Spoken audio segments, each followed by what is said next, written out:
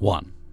I have 2 grown, independent daughters, and I'm so damn proud of them. I struggle to communicate just how proud of them I am, and it's getting harder since they're outliving their lives. Yesterday, my daughter came home from work and we were chatting.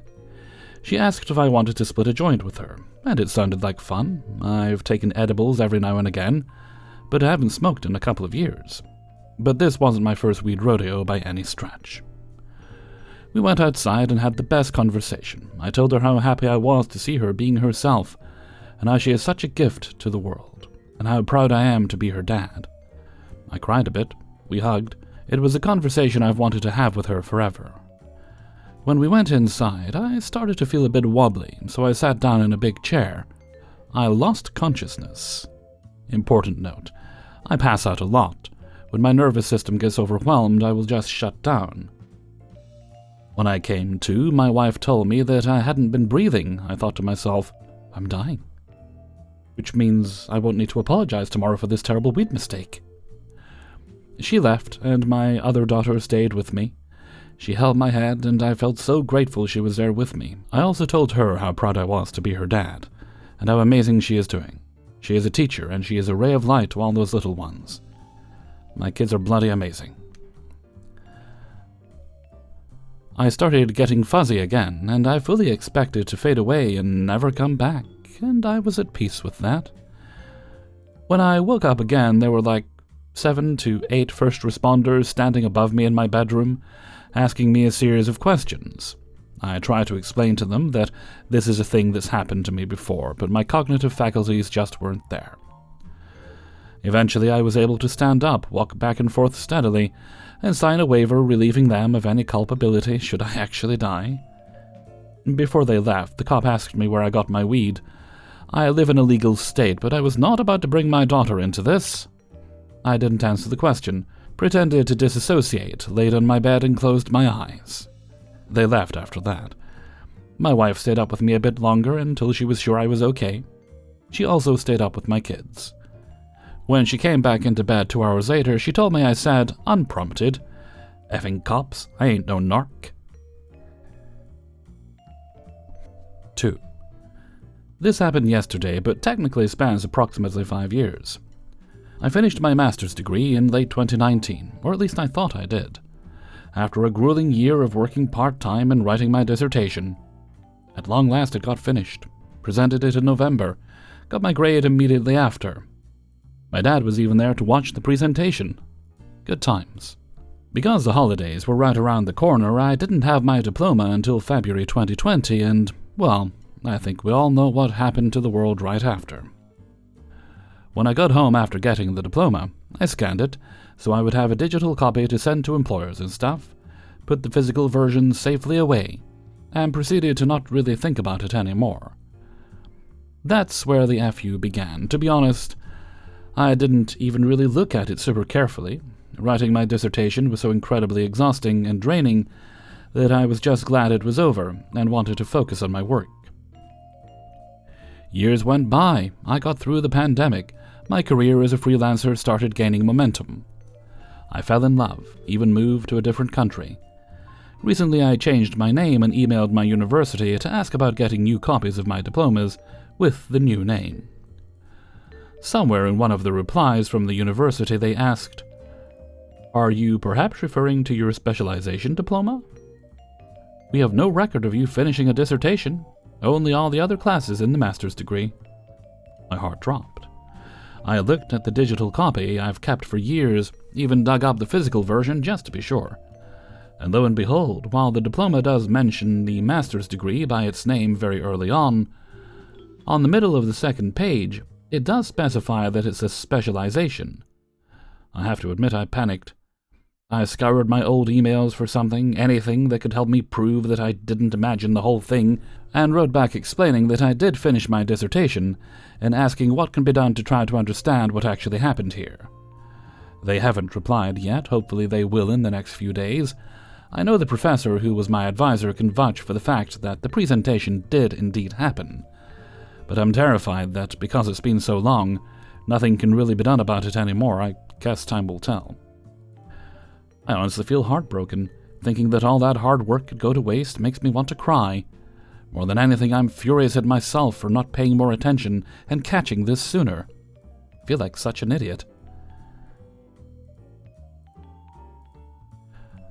Edit. I found my dissertation in the university's online repository. It was published after all. I am emailing them again with this information. Hopefully it will be enough to prove that this is most likely an administrative error. Tomorrow is a holiday in my home country, so I'm not expecting to hear back from them until Monday. Update. I'm super happy to let you know that I have good news. To those who guessed this was probably an administrative error, you were correct. On the same day I made the post, I found my dissertation, or thesis, I guess, in the university's repository, which means that it did end up getting published like it was supposed to, and I emailed the university again with this information. I also took some time throughout the weekend to email my advisor and gather some information on who else I could potentially reach out to escalate the matter if I didn't get a reply from the people I already emailed. But fortunately, it seems that won't be necessary. Yesterday, at long last, I heard back from the university, and it turns out that when I finished my master's, they were transitioning between IT systems and something in my records didn't get properly updated. Fortunately, they told me they were already in the process of fixing it, and apologized profusely for the mix-up. I hate that something so small caused such an issue, and I'm kind of super angry at them for the screw-up. But at least I'm happy it seems to be a simple and fixable problem. It might have caused me a ton of anxiety, but I do still have my degree, and I'm getting my diploma. Only took 5 years and a couple of meltdowns. Now I'm off to write to my advisor again. Let her know everything should be fine. I feel kind of silly for wasting her time like this, but oh well. 3. About 2 or 3 weeks ago, a toilet in my office started to leak from under the caulk seal. Just regular clear water around the bottom of the toilet. Maintenance came out 2 weeks ago and put in a new, now non-elongated toilet. Once we used it, we realized that the toilet was barely adhered to the floor. You could shift the damn thing with one hand. I reached back out to our landlords for a fix. They came back out last week. Though they couldn't get it to adhere correctly due to a flange being in the way. My guess is when they put it in initially, they knew it wouldn't fit correctly due to being much smaller than the original, and they hoped we wouldn't notice. In the end, they realized they weren't up to the task and asked the landlords to send out real plumbers, who were scheduled to come this upcoming 24th. This last Thursday, I went to the bathroom after several hours, to not only the toilet being used in our office now. I'm a conservative paper user. I will make sure the job is done. But I will flush it if I feel we are getting too much paper in the bowl. I finish my cleanup and flush, and it doesn't go down. Not like the paper clogged the toilet, but like water entered the bowl, but did not go down the drain. F me.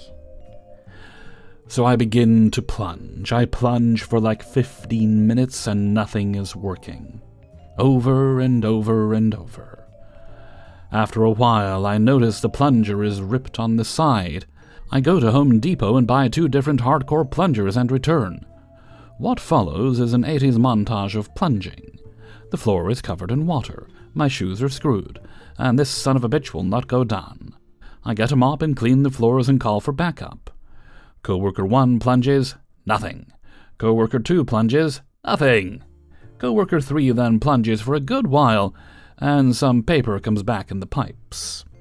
The next thing we notice, we can hear the water rushing into the pipes when we plunge, but it just won't flush. After dumping drain cleaner, Dawn dish soap, and other chemicals down the drain, I try one last time. I felt like Peter Parker ripping apart as he tries to stop the drain from flying off the rails. Nothing. I give up and email the owners again. Friday comes, a 5th co-worker tries plunging to no avail. We leave for the weekend confused and defeated. I come into the office this morning. Sweet Jesus, does it smell! A smell you can't quite pinpoint, an odd mixture of surgas, crap, cleaning solution, and old pipes. I can't find the source. I'm climbing ladders to find something dead in the ceiling. Opening doors and huffing the smell like I have a fresh bag of paint thinner, and I'm trying to forget my childhood. No dice. The rest of the office comes in. We light candles. Coworker 1 brings in air fresheners. We open all the doors in our office to get something moving, and we cannot figure it out. After a few hours, our neighbor from across the hall comes over to tell us she knows where it's coming from. The emanating source, the building's janitor's closet. I follow coworker 1 over to the room, and dear Lord, what we find is still making me shudder. The fill basin for mops holds about 1.5 feet of black water. Definite chunks seen floating in the liquid. The room smells just as vague as the rest of the building, only deeper and more pungent. There are boxes stacked around the room, and they each have about a 6-inch soak line of crusty dark brown liquid. The only theory I can come up with is the maintenance dudes screwed up the flow of the pipes when they messed with the toilets. This caused our second toilet to stop flushing because the access to the sewer got messed with.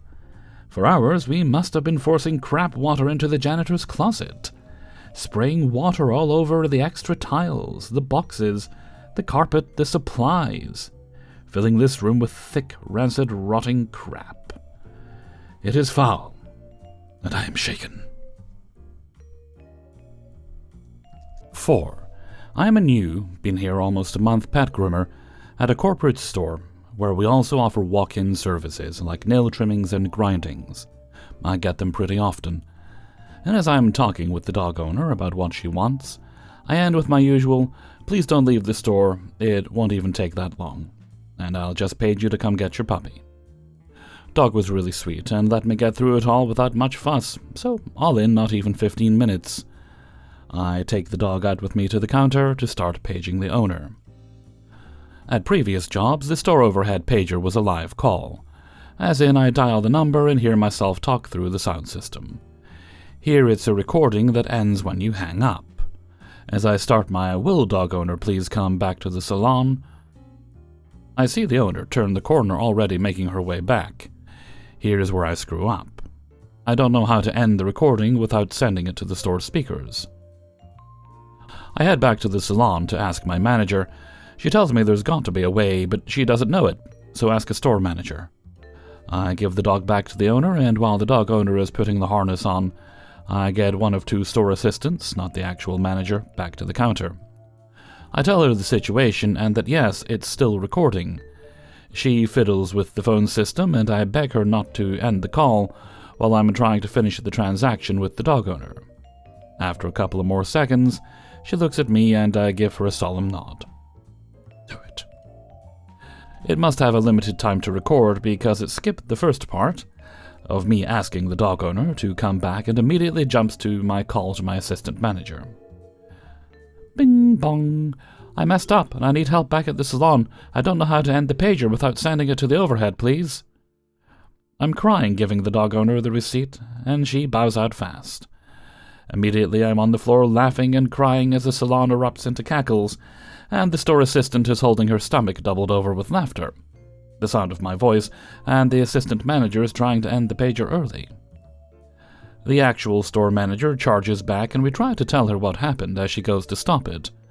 There's moments of silence in the recording, where I can hear some of the other employees asking if it's over yet, right before my voice continues on just begging for help with turning off the recording, and all the laughter continues. Then the realization hits everyone back in the salon at once. The pager repeats. Store manager redoubles her efforts to end the whole recording before that happens, but her efforts weren't enough. Bing bong. The recording starts over from the beginning.